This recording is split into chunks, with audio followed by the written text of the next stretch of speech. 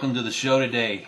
Thanks for tuning in, folks. And today our topic is going to be on glasses. That's right, glasses. You have them, I have them, lots of people have them, and we're going to be talking about glasses, but we're going to be talking about a specific kind of glasses today on the show. We're going to be talking about, well, let me see if I can demonstrate for you what I mean. Like I said, everybody wears a set of glasses.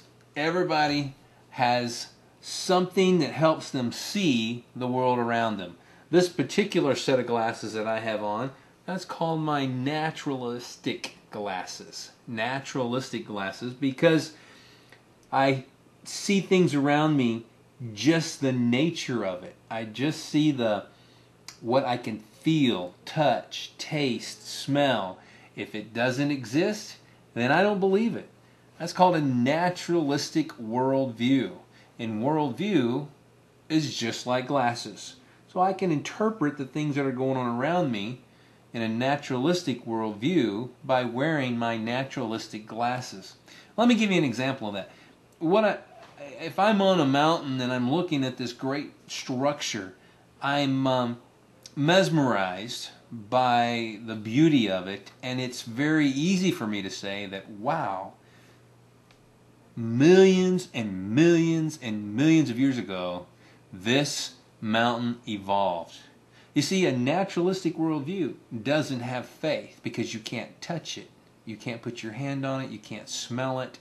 Faith doesn't exist. So I want you to write down, and I want you to know first thing, guys at home, that those of you who are driving, please don't write while you're driving or text, but put this down in your notes. A naturalistic worldview are our naturalistic glasses.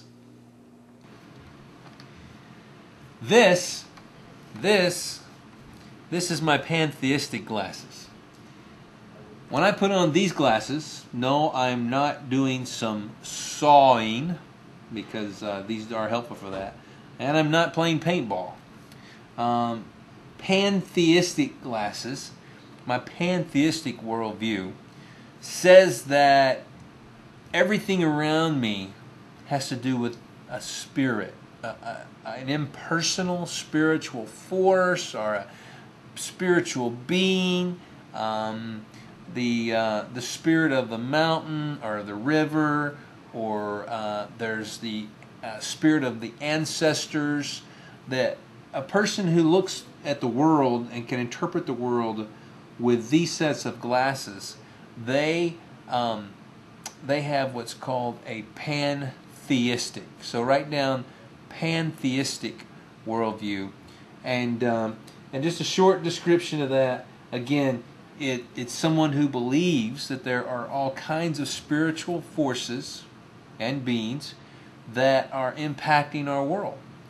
I'll give you an example of a somewhat modern day pantheistic approach to life. And it's kind of mythical in some ways as we would look at it today. But back in the day, it was really popular for the Indians to believe in the spirits of certain special places. For instance, Pocahontas had a special spiritual guide named Grandmother Willow. The Indians would fall into a pantheistic worldview, that there are many little gods out there, many spirits.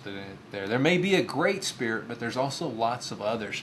And they go about interacting with us on a daily basis, and so we learn to interact with those spirits. That is a pantheistic worldview. Now you might think this is the Drew Carey worldview. No, it's not even a 3D worldview. This particular worldview represents a theistic worldview. Theistic worldview comes from the word theo, which is Greek, or theos, I should say. And theos is the word for God. So if you have a theistic worldview, then you have a worldview that centers around God, that God is at the center of the universe, and the universe is centered around God. A good example of a theistic worldview would be a Christian.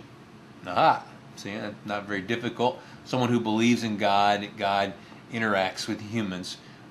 Christians also believe that there are other spiritual forces like Satan, yeah, and angels and demons. But beyond that, there are no spirits behind rocks and spirits of the trees and ancestors, ghosts, those types of things aren't a part of a theistic worldview. Another theistic worldview is, can you guess? Yeah, you back on, the fourth row over to, yeah. Can you know what it is? You know another theistic worldview? It's very predominant in our world today. It's in the news a lot.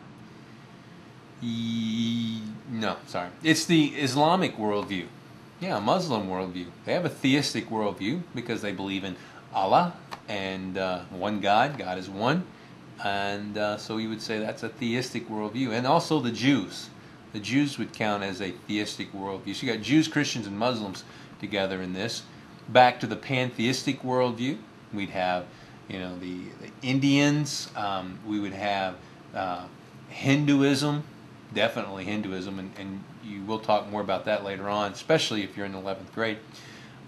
You'll have New Age religions and pantheism, witchcraft.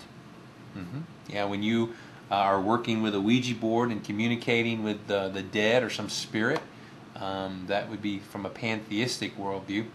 And then a naturalistic worldview, as I said earlier, someone who doesn't believe in faith. So you would find someone who's maybe not just a scientist, but it's a scientist who believes that there's no God. And so let's just say it's an atheist. If you're an atheist, you don't believe in God. When you're dead, you're dead. I remember a poster when I had growing up. I didn't really have it, but I saw it in the store. He who dies with the most toys wins. That's a naturalistic worldview that says, hey, and I take these off because these are my theistic worldview. I put back my naturalistic worldview on, and I can say he who dies with the most toys wins, because after death there's nothing. It's it. There's no resurrection. That's it. Nothing to it. So you're one of these three worldviews. Well, let's talk a little bit more about what worldview is, though. Worldview, you need to write this down. Worldview is the total way of looking at the world. Total way of looking at the world. I guess if you're following along there in our handout sheet, you would be able to see that worldview is a total way of looking at the world. You need to know that for the test. Worldview answers the most basic questions of life, like, is there a God? Where did humans come from? What is the basis for morals and ethics? You see, if you have a naturalistic worldview, who knows what's right and wrong? It doesn't matter. It's whatever the law says. But if you have a theistic worldview, then it does matter. Or maybe if you have a pantheistic, it's going to be slightly different. What happens after death? These three different views vary. Christian worldview, you go to heaven. Even Muslims, you would go to heaven. Different teaching, and we'll go over that separately. But for a naturalist, that's it. You're in the box, you stay in the box, you don't get out of the box. Pantheistic, maybe you're going to come back as a grasshopper. You'll be reincarnated as a cow. I don't know. But that's what a pantheistic would believe about the afterlife, is that there's something out there, we just don't know what it is. And your worldview is going to give you purpose and meaning in life. I wanted to start there. We're going to take a break for just a moment and watch this clip.